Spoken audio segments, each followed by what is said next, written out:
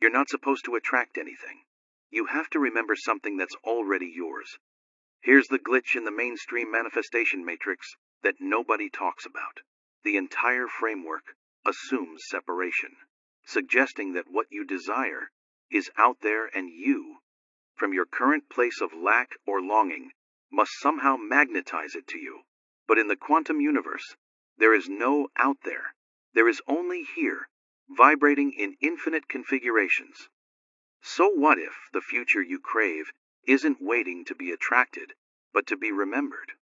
What if every vision you've had, every dream that won't let you go, every moment where you felt utterly certain about something that hasn't happened yet, isn't imagination at all, but memory? Memory from a version of you that already exists, already accomplished, already living the life you're reaching for?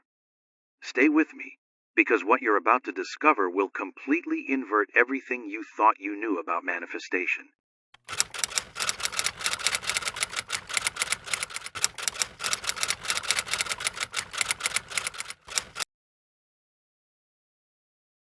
You're not supposed to attract anything.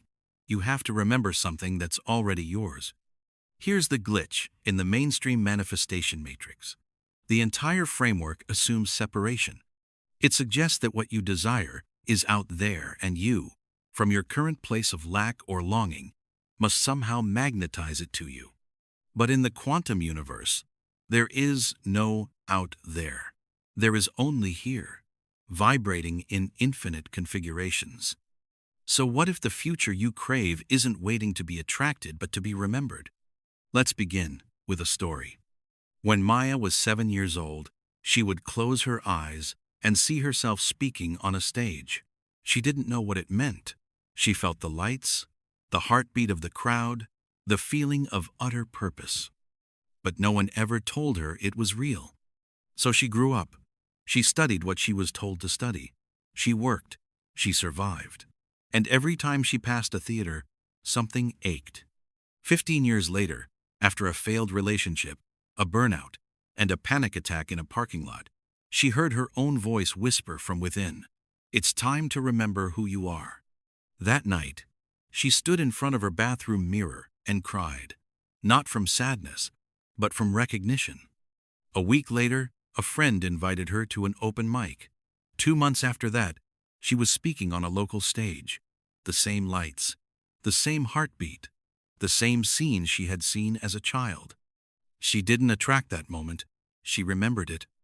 And the field responded to her recognition. Because this is how it works. In the quantum model of reality, everything already exists. Every version of you, every possible outcome, every fulfilled desire. Time is not a line, it's a field, a matrix, a vibrational archive of all that ever was and ever could be. And that means you're not calling anything to you. You're collapsing the version of reality that matches what you've already encoded in your soul. This is the lie of attraction, that you are separate from the thing you want. But you were never separate, you were only asleep. And the moment you start remembering, truly, cellularly remembering the feeling of already being, already having, already becoming, the field doesn't wait. It reflects instantly. Let's bring in the science.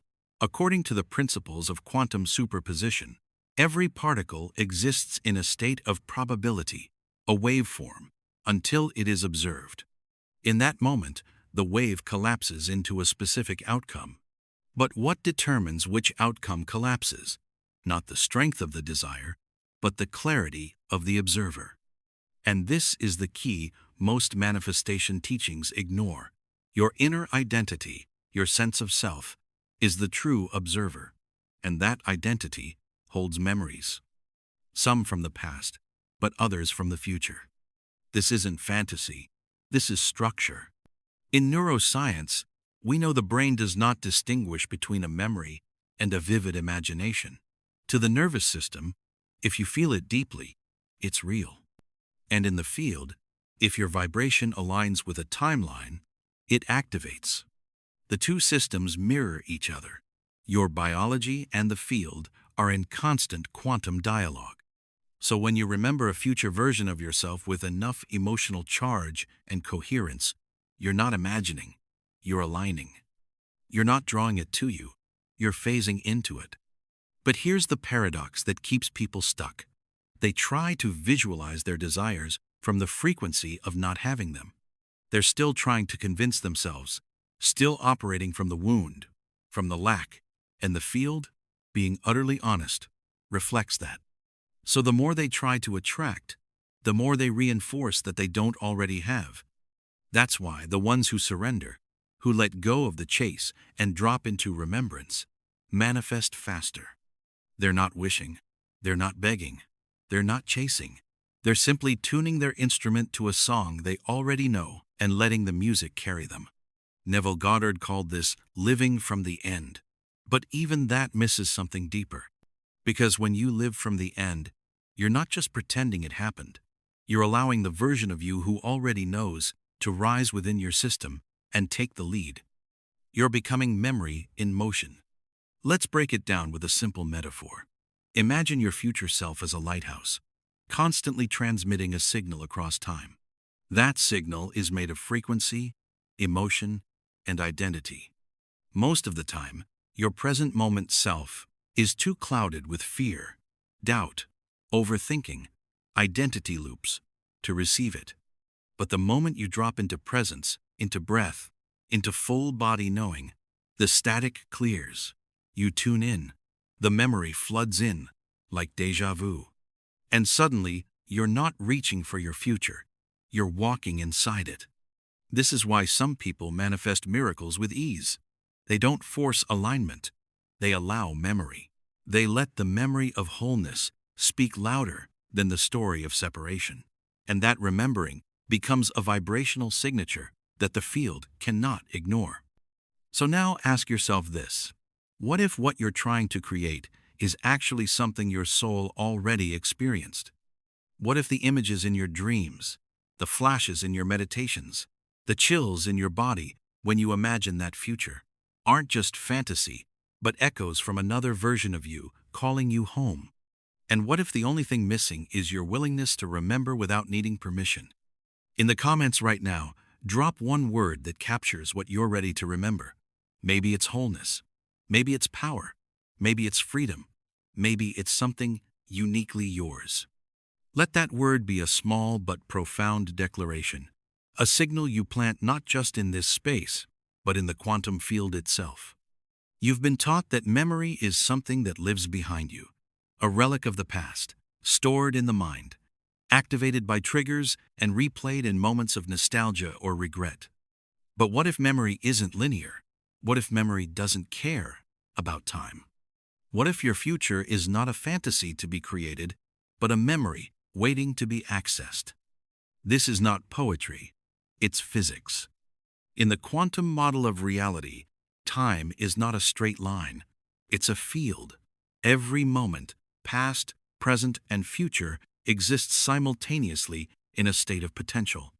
And the you that lives inside each of those moments is already encoded in the structure of the field. You are not waiting for a future to arrive. You are tuning into the memory of a version of you who already exists in full coherence, beyond the illusion of time. Let's explore how this works. The work of Dr. Amit Goswami, among others, points to a deeper truth about consciousness and the collapse of reality, that the observer does not just witness, experience. The observer chooses from the field of potential and brings one version into form. But what if the observer isn't just you in the now? What if the observer is also your future self, collapsing memories backward into your awareness so that your next timeline becomes inevitable? We think of remembering as a passive act, but in the field, remembering is creation. When you remember who you truly are, when you remember the state of being that aligns with your most expanded self, you pull that version of reality into the present with vibrational authority. And here's the part that rewires everything. Your future doesn't come from planning. It comes from recognition. Let me explain with a metaphor. Imagine the quantum field as a massive library, an infinite archive of all possible versions of you. Each version is a different book, a different frequency, a different emotional tone. Most people are wandering through this library blind, picking up random stories, repeating the ones they know, or defaulting to inherited scripts. But then, something shifts. You pause. You feel something. A sense of déjà vu. A dream you can't forget. An image that haunts you. That's not imagination. That's a memory file opening. And the moment you emotionally engage with it, the moment your nervous system believes it's real, that book, that timeline, that version of you begins to write itself into your now. This is where science meets mysticism. Studies in quantum cognition suggest that memory may not be stored in the brain at all, but accessed through the field via resonance. Rupert Sheldrake's theory of morphic fields proposes that once a pattern is established, it can be remembered by other systems through non-local resonance. In other words, the memory of your future may not be in your mind, but in the energetic field surrounding you, waiting to be triggered by coherence. And how do you access it? Not through force, not through wishing, but through matching frequency. Emotion is the access point. That's why the memories that stick with you, whether past or future, are always emotionally charged. That's why, when you get a flash of your future self, it's not just visual, it's somatic. Your body responds before your mind can explain it. You get goosebumps, your breath catches, your heart expands or contracts. These are not signs of imagination. These are physiological responses to remembering something the field already knows. But this raises a deeper question. If the future already exists, then why don't we all remember it? Because the field doesn't just respond to desire, it responds to clarity. And most people are walking through life in an energetic fog, recycled emotions, unprocessed trauma, mental loops, identity masks. They can't access future memories because their system is too entangled with the past.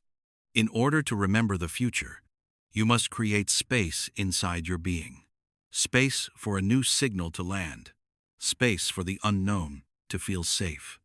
Space for identity to loosen just enough so a new version of you can emerge. This is why so many breakthroughs happen in stillness, in meditation, in moments of surrender.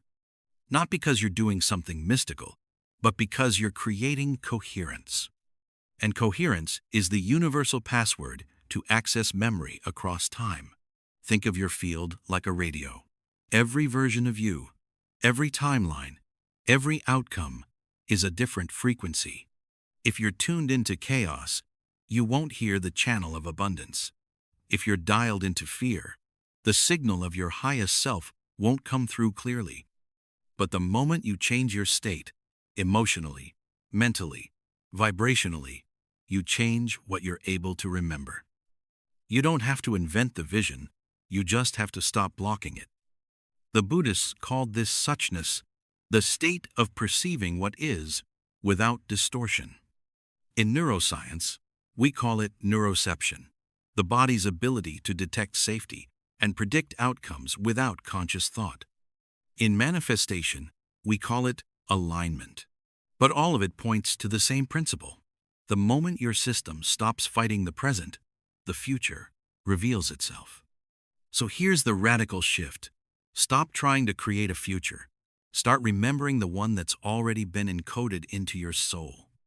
And the more you remember, the more magnetic you become. Not because you're forcing outcomes, but because you're living in harmony with a timeline that already exists. This is the difference between force and flow, between effort and access, between wishing and witnessing. Because the future isn't waiting for you to catch up. It's waiting for you to remember it into existence. Before we go further, I want to invite you into something real. If you've been feeling like something's clicking here, if a part of you is waking up to your own power, tap like right now if you just had an aha moment, because like attracts like. Hit subscribe and the bell icon next to it so you don't miss what's coming next. And join our manifestation club on gogetter.au. Get inspired by reading real manifestation stories and share your own to inspire others. This isn't just a channel. This is a frequency. If you felt a shift watching this, you're already tuned in. There's a silent revolution happening inside you. It doesn't come with fireworks. It doesn't ask for attention. It unfolds in the shadows, between synapses, inside the electrical storms of your brain. And yet it holds the key to collapsing timelines, accessing future memories, and embodying the version of you who already knows. This revolution is called neuroplasticity, and it may be the most overlooked tool in quantum manifestation. Let's begin here. Your brain is not a storage unit. It's not a static archive of facts, traumas, and memories. It's a living, breathing interface, a dynamic system that is constantly rewiring itself in response to your focus, your emotional state, your environment, and your intentions. Every thought you think, every feeling you feel, every belief you entertain, lays down or reinforces a neural pathway. Over time, those pathways become default settings, and those defaults determine what you can perceive, and more importantly, what you can remember. The mistake most people make is believing that remembering is passive, that it's something that just happens to them. But in truth, memory is permissioned access. You gain access to certain memories, from past or future, based on who you are being right now. Let's pause there. Your identity determines your access, and identity is not fixed. It's programmable. When you change your identity, not in theory but in embodied practice, you unlock new levels of memory, intuition, and possibility. Your brain stops looking for evidence to support who you've been and starts searching for data that matches who you're becoming. And that's when something strange happens. You begin to remember futures you never logically learned, but always deeply knew. Now let's talk biology. Your brain contains over 100 billion neurons, each capable of forming thousands of connections. When you engage in new patterns of thought, emotion, and imagination, you activate different neural networks. And when those networks fire together repeatedly, they wire together, forming new maps of reality inside your nervous system. This is how the brain learns, but it's also how the brain remembers, literally puts back together fragments of identity that were previously scattered, suppressed, or untuned. This is why imagining a new future can feel so overwhelming at first, because your brain doesn't yet have the circuitry to hold that vision as real. You're asking it to run software it hasn't downloaded yet. But the moment you engage in repetition, visualizing, feeling, speaking, and emotionally anchoring that future, your neural hardware begins to shift. You're not just getting ready for a new reality, you're installing the memory of it. This is where it gets powerful. Every time you imagine your future self with enough clarity, your brain believes it's a real memory. In studies of Olympic athletes, researchers found that mental rehearsal activated the same regions of the brain as physical movement. The brain didn't know the difference between imagination and experience. It responded to both with equal validity. So when you rehearse a future vividly and consistently, you're not faking, you're remembering forward. You're laying down new tracks of identity, and the field is listening. But this is where most people stop. They visualize for 5 minutes, feel good for a moment, and then spend the rest of the day reacting from old patterns. That's like downloading a new app and then throwing your phone in water. Neuroplasticity requires consistency, the field requires coherence, and your future self requires stability. So how do you build the neural architecture to hold a future memory? By embodying the state before the outcome, not pretending, not faking it, but actually training your body to feel, in real time, the emotions of the future already lived. Gratitude, certainty, peace, expansion, these are not rewards, they are requirements. They are the tuning forks that tell the brain, this is safe, this is familiar, this is real. And when something feels real enough, long enough, your brain installs it as memory. This is why manifestation isn't about repetition, it's about recognition.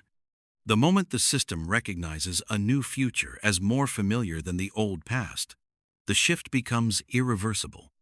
Let's bring in Dr. Joe Dispenza's concept of firing and wiring. Every time you think and feel differently, even slightly, you create a new neurological map. But here's what's often overlooked.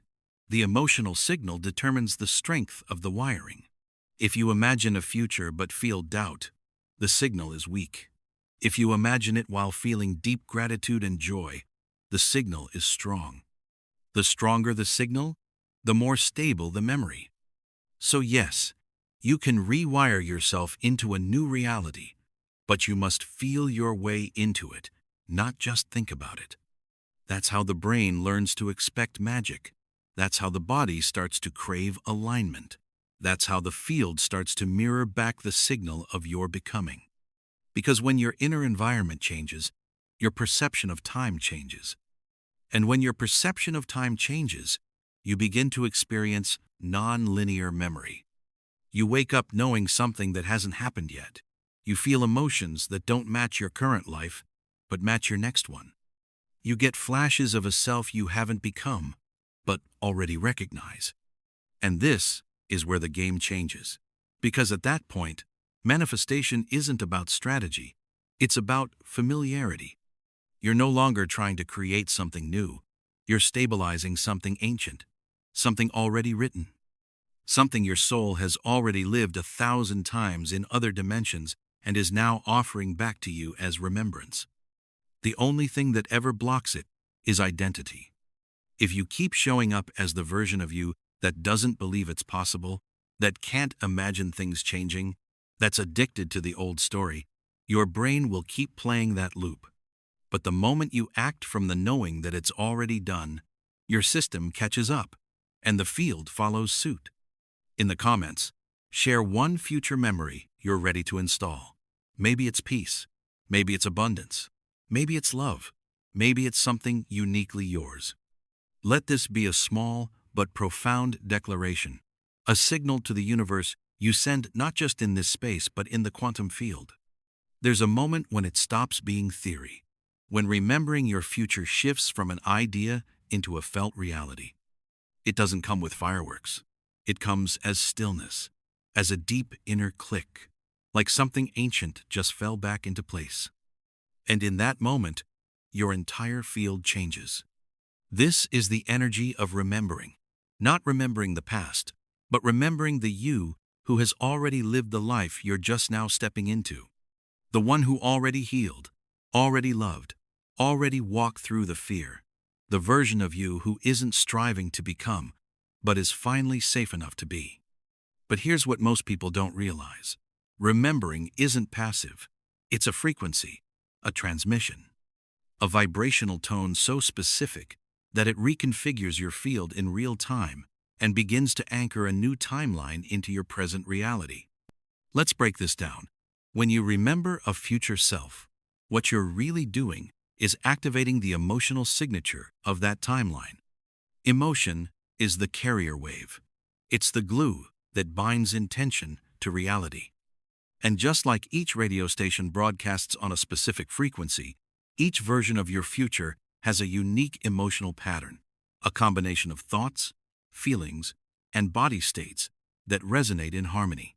If you can feel it deeply, consistently, without needing proof, you are already broadcasting that frequency into the quantum field. And the field, which is governed by resonance, cannot help but mirror it back. This is not metaphysics. This is energetic mechanics. Here's the part most manifestation teachings oversimplify. It's not about feeling good all the time. It's about feeling accurate. Emotion isn't just a mood. It's a message, a signature, a code. And when your emotion matches the emotional tone of your desired timeline, that timeline begins to collapse into the present moment. You're not pulling it in. You're simply removing the resistance that was keeping it out. This is what anchors a new reality. Not repetition, not effort, but embodied resonance. Let me give you an example. Alina had been journaling, visualizing, and affirming for months that she wanted to live in alignment with her soul's calling. but nothing seemed to shift. She felt stuck in her job, disconnected in her relationship, and constantly anxious. Until one day, during a meditation, she stopped trying to feel positive and simply asked, "What does it feel like to be the me who already made it through this?" And suddenly something cracked open. A wave of calm moved through her chest.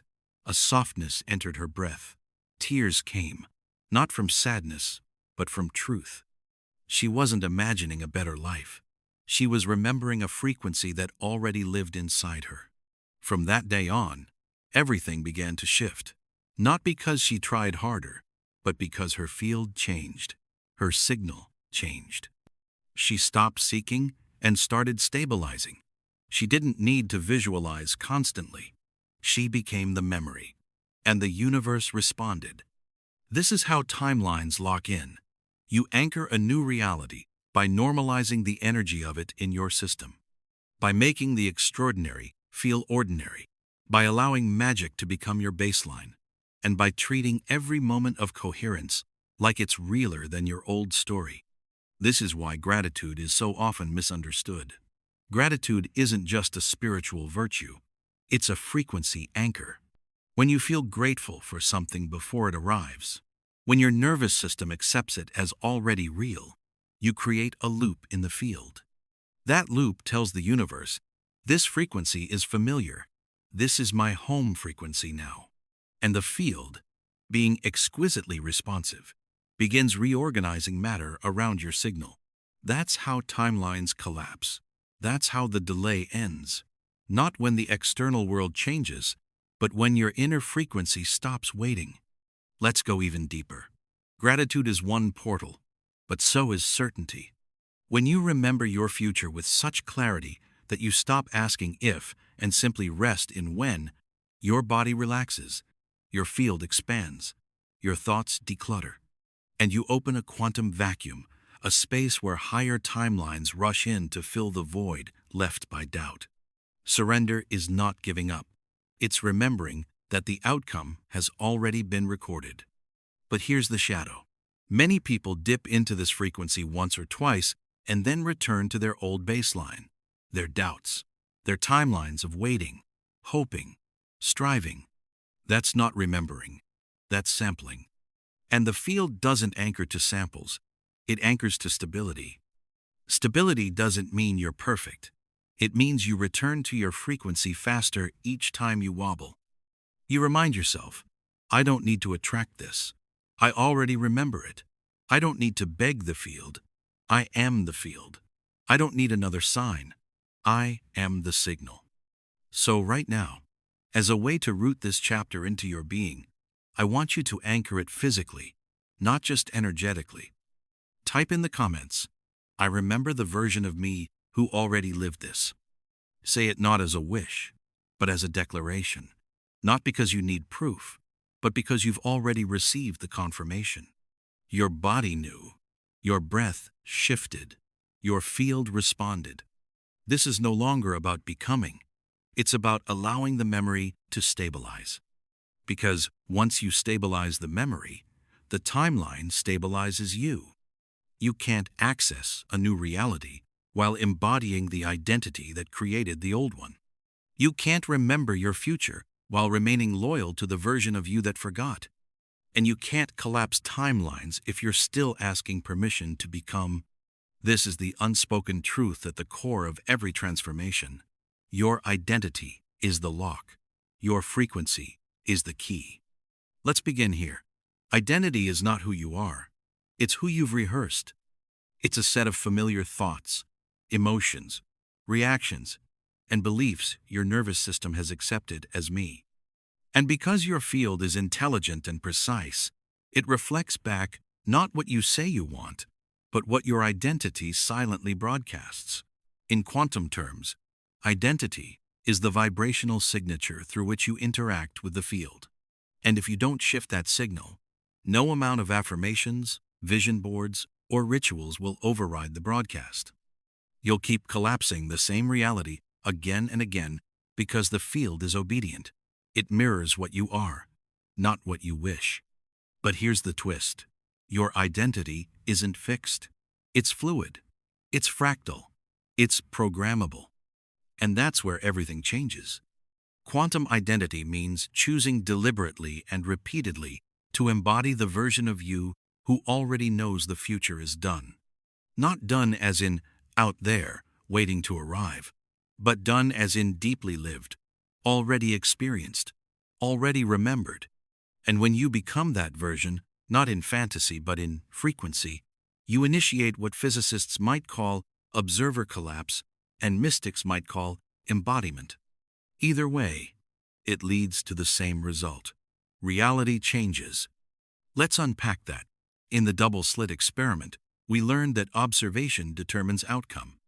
A wave of infinite possibilities collapses into a single particle, a defined reality, the moment it is observed. But what's never asked enough is, who is the observer? And more importantly, which version of you is observing?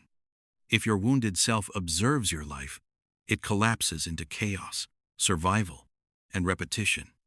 If your awakened self observes, reality collapses into expansion, peace, and synchronicity.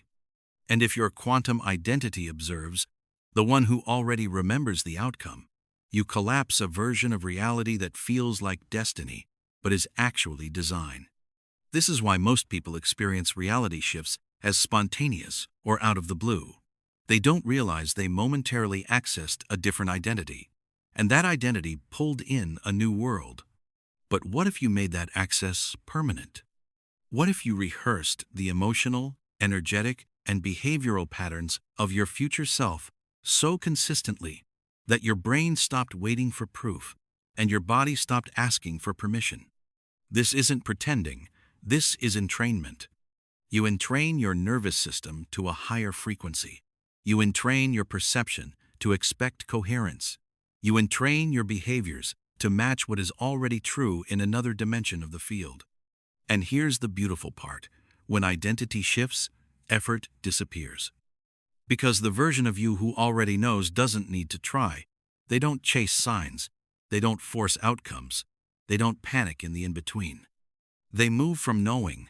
They move as if, because they've already been there. That's the magnetic power of quantum identity.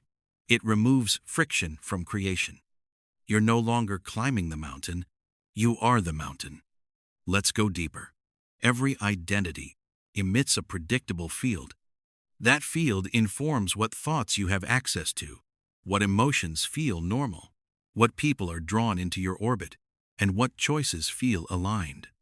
So when you shift your identity, you don't just change your mindset, you change your entire field of perception.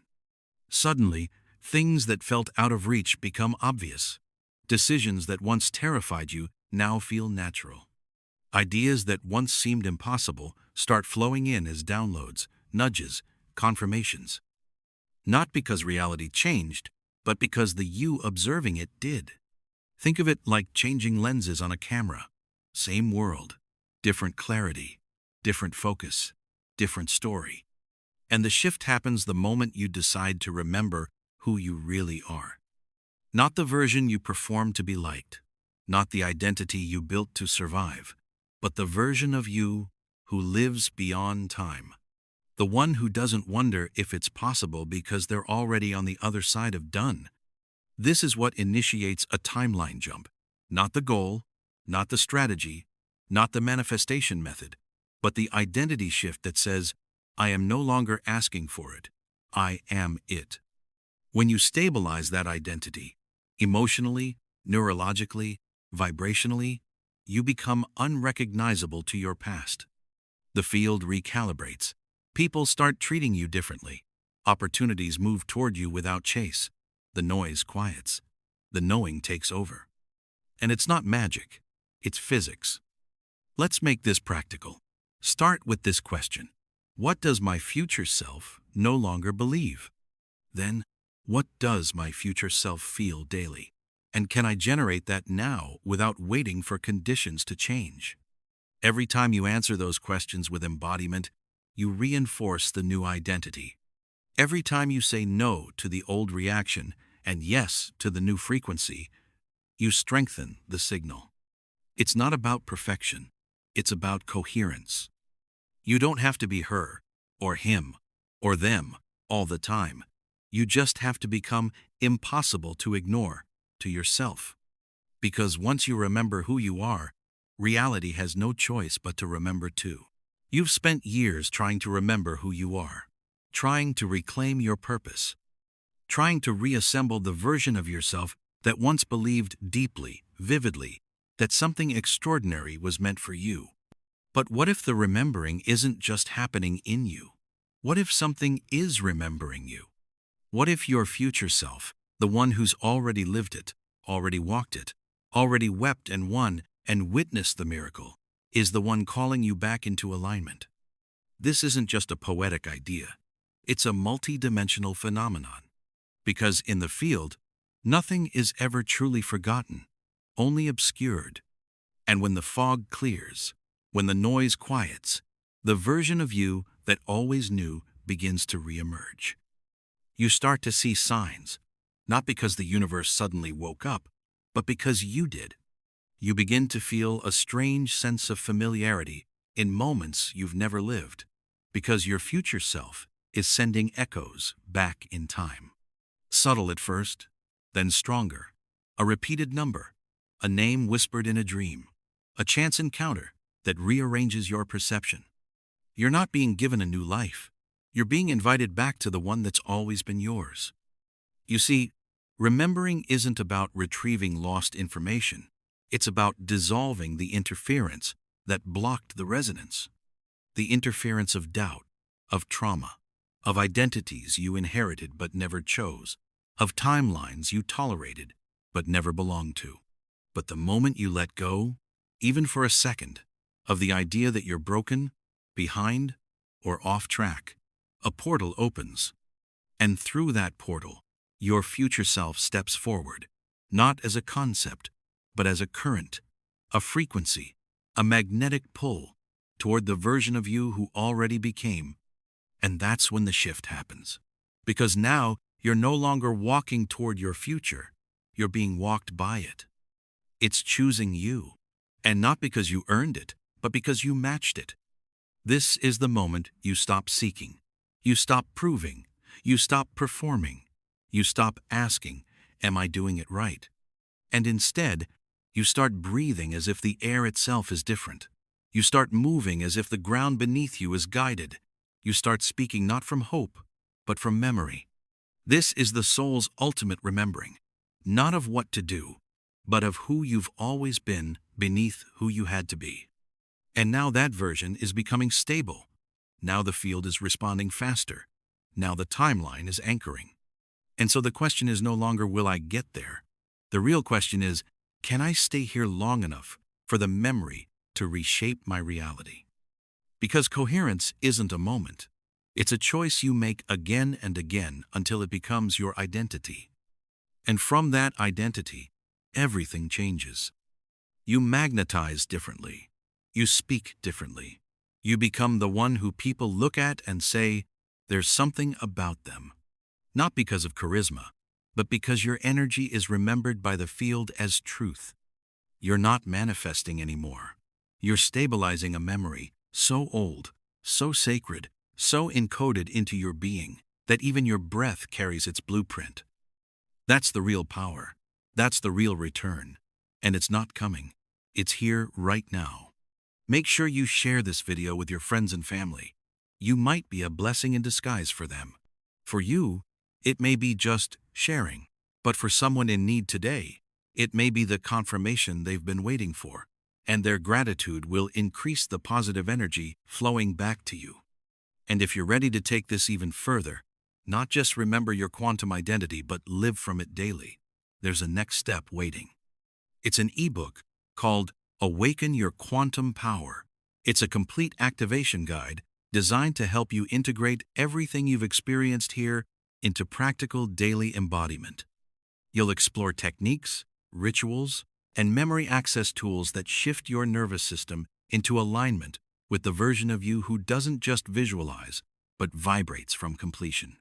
Along with it, you'll receive a practical workbook to track your shifts, expand your coherence, and deepen your connection to the field, day by day. If this journey stirred something ancient in you, if you're ready to collapse timelines instead of chasing them, the link is in the pinned comment. Don't read it because you need more information. Read it because your future is remembering you, and this is your confirmation. And if you take nothing else from this entire video, let it be this. You are never lost. You were only layered. And each time you choose remembrance over reaction, alignment over effort, presence over performance, you peel back the illusion and step into the version of yourself that has always existed in the field. Complete, whole, unshakable. And now, finally, home.